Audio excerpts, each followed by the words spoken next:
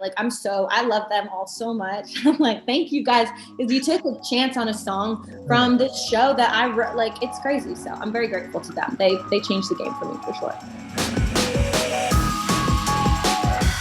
Today I am here with the fabulous and talented Mrs. Madeline Merlo, Ms. Madeline Merlo. Yes. Future Mrs. Madeline Merlo. Yeah, future Mrs. We'll just jump right into it. So you got engaged this year. I did. I got engaged in April, which is crazy. I'm like, I don't feel like that's such an adult thing to do. Yeah, it feels pretty weird. Like, it's even like, hey, fiance. I'm like, I don't know. That feels weird. Don't call me that. Yeah. Have you, I mean, have you been making any wedding plans? Have you started any of that yet? Or are you still kind of like... Yeah, we're trying. Yeah. It's tough. I think too, by nature, I'm not a super like type A, like spreadsheet organized person. Sure. Like I'm an artist, right? So a lot of that, there's a lot of decisions and spreadsheets necessary to do a wedding. So I'm leaning heavily on the wedding planner. She is a gift from the Lord above to me. She's got things organized more than I do. But we're trying. It's just, there's a lot to think about. It's a lot of work for sure. There sure is. I can attest to that. But personal developments aside, let's talk professional, because you have got an awesome new EP coming out on Friday, September 23rd. By the time people are seeing this, I think it's probably already out. Yeah. But they can just go to just like the streaming services and click and listen to it and listen to the whole thing, all 4 songs. Yeah, I love that. I was lucky enough to get to hear it already, and it is fantastic.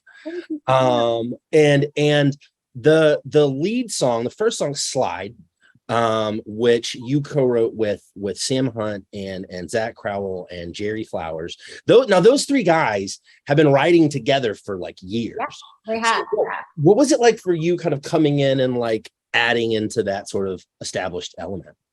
Yeah, that's a good question. I mean, they've got a lot of success together. It's very clear that they work well with each other and kind of bounce off each other. Jerry is he's plays in Keith Urban's band for like 20 years. He's the most musical person I've ever met. Melody, like he's just all 3 of those people are so talented. I was so excited to be able to be a part of that song.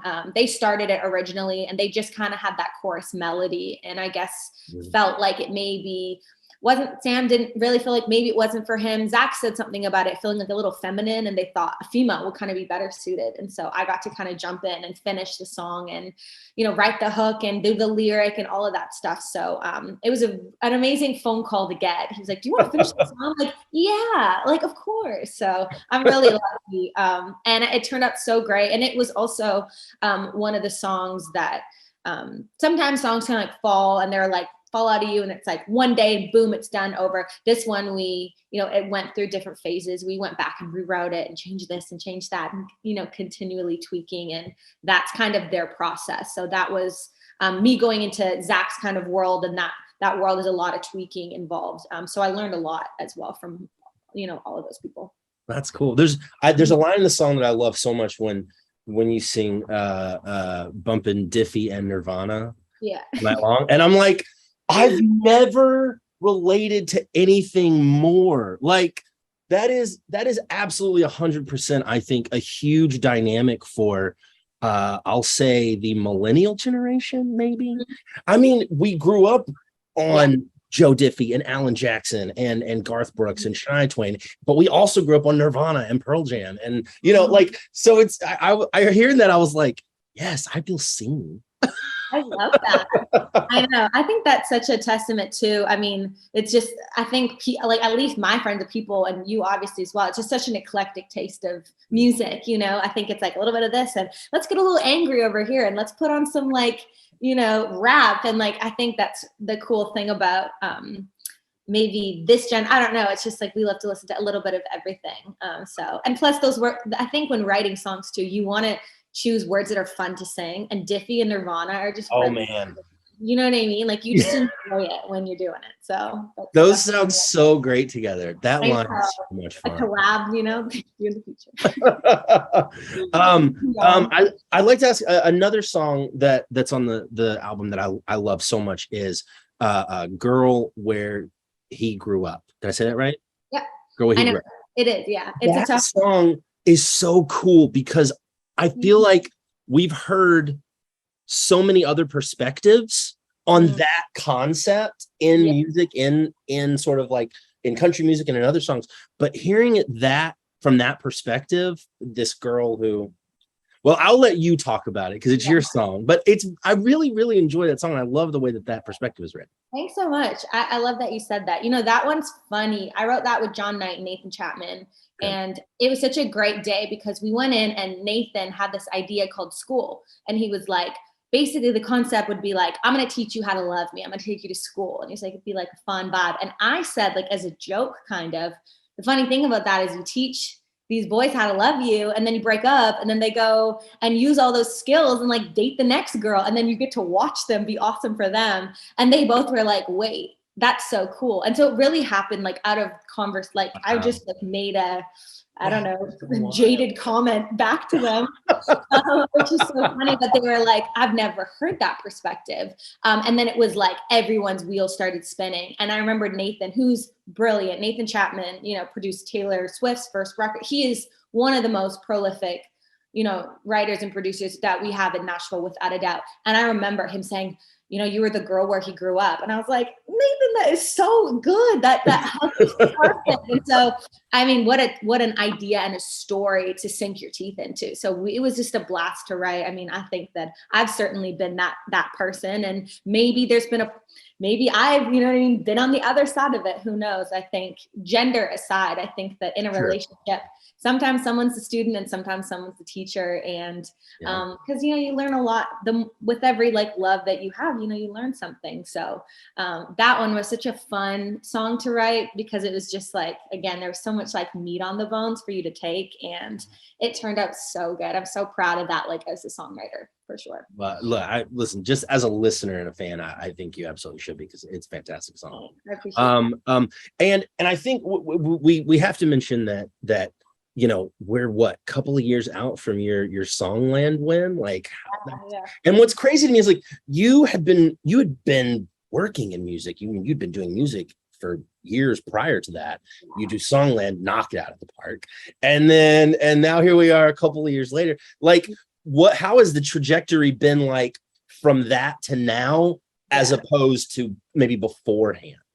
Yeah, well, I'm from Canada originally, and so I put up music there, and that market is amazing, but unfortunately doesn't really translate outside into the rest of the world. So I did put out music and toured, and did all of these awesome opportunities and stuff that garnered a lot of experience. And then I moved to Nashville, and it was like, okay, I want to do this here. I want to play in Japan one day, and America is the place where anything is possible. So I moved to Nashville about 4 years ago and was like, okay, I'm focusing on Nashville, and I want to become a great songwriter. And Songland was an Instagram DM from a casting director, which is so wild. I mean, that's the thing about music industry. It's so hard. And then something like that comes, and you're like, I don't know what this means, but okay, just be brave and go for it. And then I could have never imagined I would get, not only the win out of that, but a #1 song. I mean, that song they had never taken a song from that show and put it on the radio ever before. So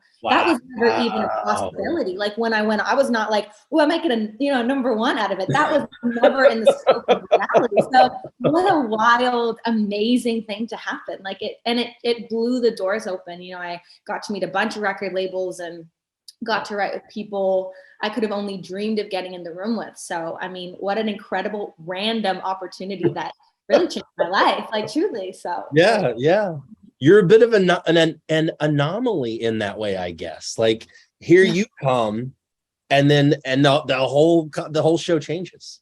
All of a sudden, they're Songland #1 song, #1 record, TV show, they hadn't had that before either. So I think they owe you some credit as well. Yeah, it's pretty cool. I mean, Lady A, they had another song on the radio at the time and took it off and put Champagne Night on. That's so crazy. For them to do that, and Big Machine, like their record label at the time, to do that is huge. So I'm very good. That's Lady A. Like I love them all so much. I'm like, thank you guys, because you took a chance on a song from this show that I wrote. Like, it's crazy. So I'm very grateful to them. They changed the game for me for sure. They're amazing, and that is a huge thing for an artist to say, let's pull this and put this other one on. Yeah. Man, that's massive. Well, let me ask you, so you got your EP is out and just making everybody who hears it their whole day better. What is next for you, Madeline? Do you have any like touring plans? Are you gonna do some shows? What's happening with that? So that's kind of the next thing, is we're certainly gonna try to get on some shows and hopefully a tour early in the next year, which would be great to just start kind of playing this music live. It's the funnest part is being able to play these songs that you create in this room, thinking about this crowd that hypothetically may enjoy it, and then to actually get to do that. So looking forward to that. We've got a ton of songs. You know, I wrote like hundreds of songs for this project. So I mean, some of my favorites. Don't worry, my dog was like barking so loud during the last. But yeah, so I've got a lot of my favorites that aren't even out yet. So I feel really confident that after this EP, the songs on the record, I'm just really proud. It's a lot of hard work that went into this project. So we feel prepared for the next steps with more music and every opportunity that hopefully goes alongside that. So. That is awesome. Well, listen, Madeline, thank you so very much for taking time to chat today. I really appreciate it. Like we said, new EP out everywhere. Go to Spotify, Apple, Tidal, whatever you use, find it, jam it, play it all day long. Let's get it to 1 billion streams. Wow, I love that. Thank you so much.